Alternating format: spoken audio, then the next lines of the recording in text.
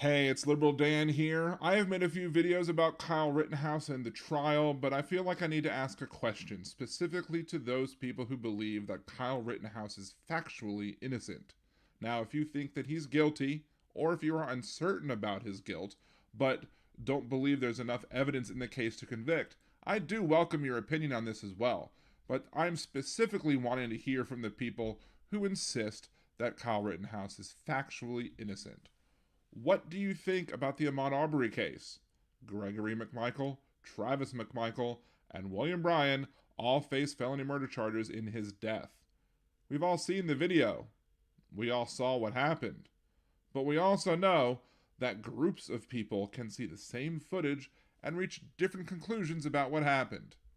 The defense in this case even went so far as to say that Arbery reaching out for the gun enabled McMichael to act in self-defense. It doesn't matter to the defense that Arbery was chased down by these three individuals. It doesn't matter to them that, at least to these eyes, that the three men were the aggressors, and that Arbery would have the right to self-defense, including the right to take away one of their weapons and even use it against his aggressors, who he could have very reasonably thought were about to kill him. Of course, we can't know what Arbery was thinking. He's dead. Why?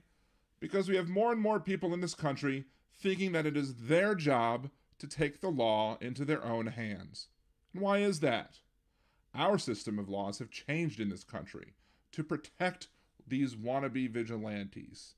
It used to be the case that if one raised an affirmative defense to criminal charges, that the defense would have to establish that the requirements for the affirmative defense were met, at least using a preponderance standard. But we've since shifted that burden to the prosecution in many states. If you look at the Georgia and Wisconsin laws, they are very similar. Why is that? Groups like ALEC draft examples of these laws for these states to pass, so they follow many of the same guidelines and use many of the same words.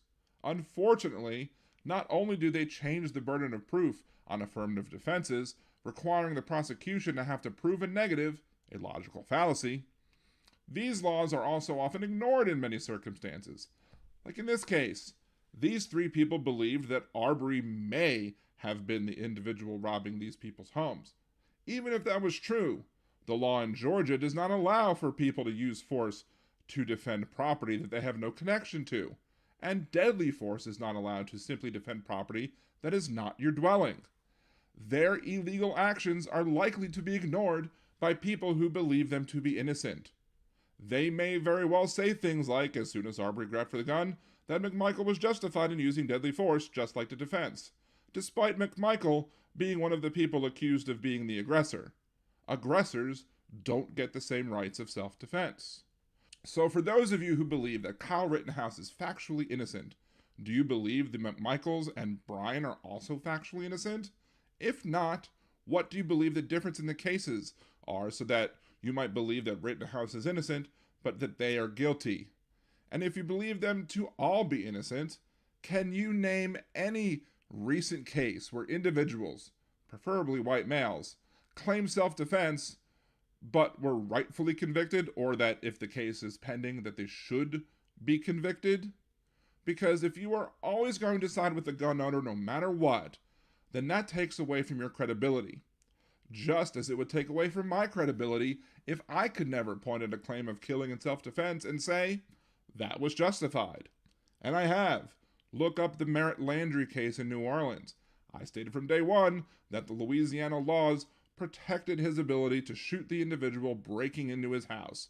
And eventually, the DA decided to not charge him, and he never went to jail. So the ball is in your court. After my initial guest this week, I will be inviting people on to discuss these cases. You are free to call in and let me know what you think. Wednesday at 8 p.m. Central, here on Liberal Dane Radio on YouTube. And please remember to smash that like button, share this video with your friends, and subscribe to the channel. Have a good day.